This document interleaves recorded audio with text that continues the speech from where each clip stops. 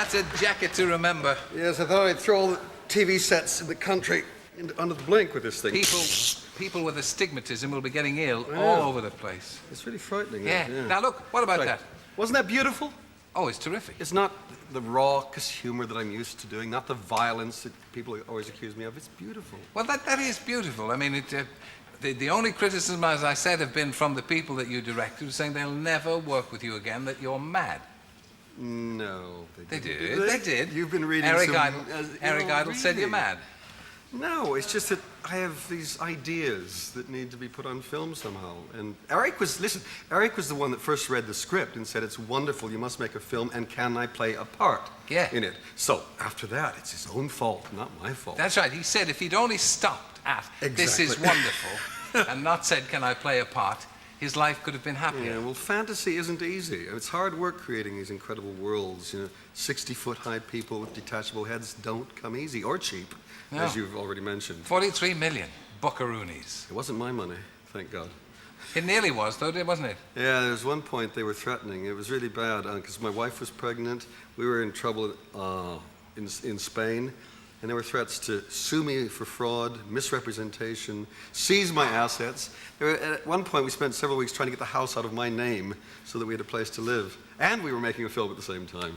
Well, I mean, how can you've got to be possessed to want to continue making a movie under those kind of circumstances. Yeah, the problem is once you start on these things, it's hard to stop. Actually, one of the things that kept me going at a particularly low point was Eric saying, you've got to do this film, just to spite John Cleese.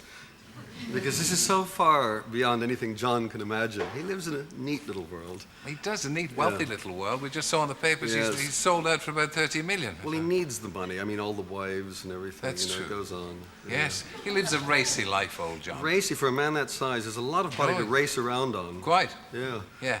Anyway, tell us about Munchausen. Munchausen? Which particular bit shall we talk about? Well, no, just tell us about the Baron, because you've made this fantastic movie. Now, I understand the Germans didn't like it, because he's one of their heroes. Yeah, well, it was a very odd one, because the film was made during Nazi Germany. There was a version made by Mr. Goebbels, and it was the most expensive film at the time. I think they were trying to show off and show they could fight a war on several fronts and make the most expensive film. Yeah.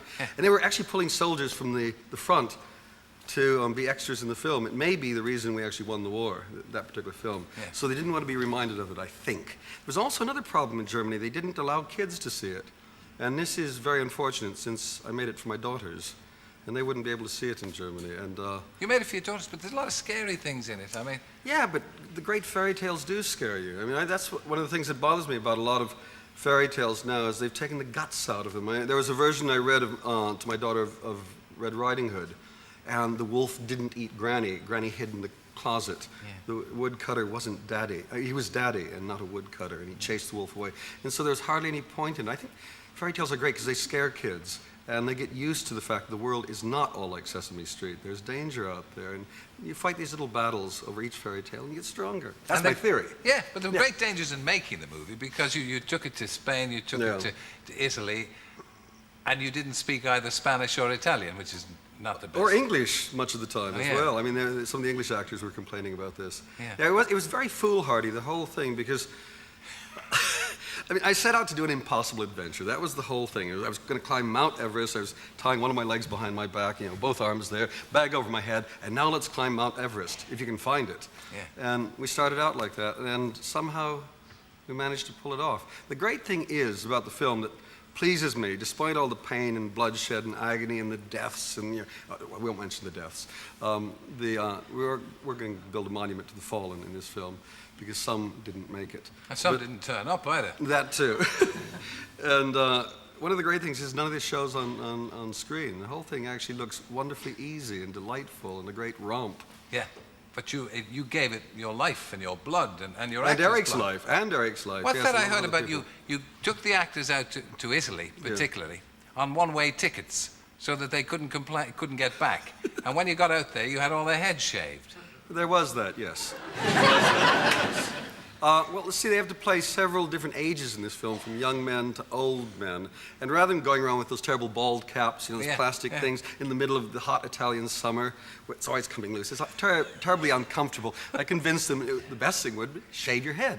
And so we had this period right at the start of the film. It was like warriors going into battle. And there they were, John Neville, Eric Idle, Winston Dennis, Charles McEwen, Jack Purvis.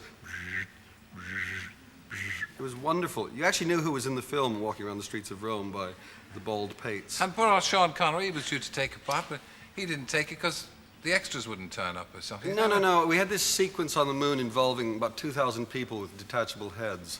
And there was a point. There was a point in the film when we had to stop and reconsider certain things.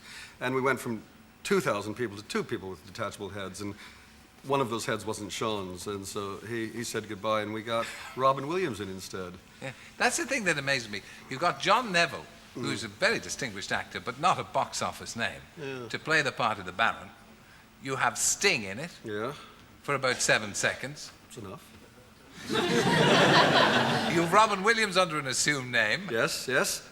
Do you care nothing for Billy? Do you care nothing for your audience? It is a rather perverse way to make films, isn't it? Well, I mean, surely. I mean, how come you get the money to make the film if you do it this way? I don't know. I mean, I think by being as crazy as we've been over the years, they don't know what to make of us, and so they assume we must have something that they don't have, and so they keep giving us money.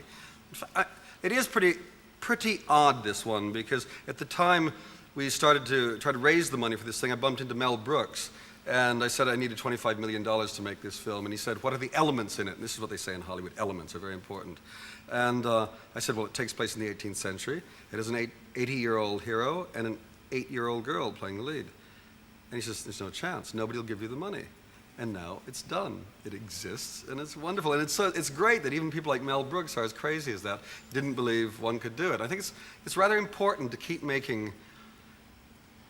pushing the parameters of what's possible in films, because I actually find most films now are more and more extended television. I mean, it's not that much different than what you can see on television, except you can drive a bit faster maybe in the films. And I've always wanted to make films that are like the ones I grew up with, all the great spectacles. But this is a tremendous fantasy. The Baron Munchausen, he rides cannonballs, he goes to the moon, he goes to the center of the earth, he does all the most extraordinary, he makes a balloon out of ladies' knickers, of course, all that kind of stuff. I mean... Don't we all? Well, that's what I was going to ask you. Sorry. How much of your fantasy is in this? I mean, is this your dreams? No, I mean, a lot of it is from the original stories, but things like, women's underwear to go to the moon is a special problem that I share with a few of the other actors in the group. Right, yeah. But I don't see there should be any limitations to what you can do in films, and I like the idea of just going absolutely over the top, see how far we can go, see how many people we can drag in, amaze, astound, and for a couple hours out of their lives, they get to live in other worlds. You had your last movie, Brazil. You had a lot of trouble with that as well. I mean, yes, it's beginning to. What do you think your future is as a film director? You go enormously over budget on this, $43 million. Brazil, you create trouble. What do you think your future is? Well, I think I'm a big-time filmmaker is what they think. Anybody who can spend $43 million must be a big-time filmmaker, right. And they like employing them. That's like, you're like Michael Cimino, bankrupt a studio and you get work forever. Crazy. I mean, I've actually got the next film going already. It's also another big-budget film. There's something, it doesn't make sense. For years, I thought that you had to be very careful, count every penny, stay under budget, and they would respect you and give you more money. It wasn't true. By spending it in vast quantities, they actually take you seriously. That's the secret. There must be millions of potential producers and directors out there saying, that's the answer. That's the future of movies. Do they watch the show? Producers and directors? Oh, yes, continually. And that's why your career is what it is today. Of course, nowhere. Terry Gilliam, ladies and gentlemen, and good luck to Baron Munchausen.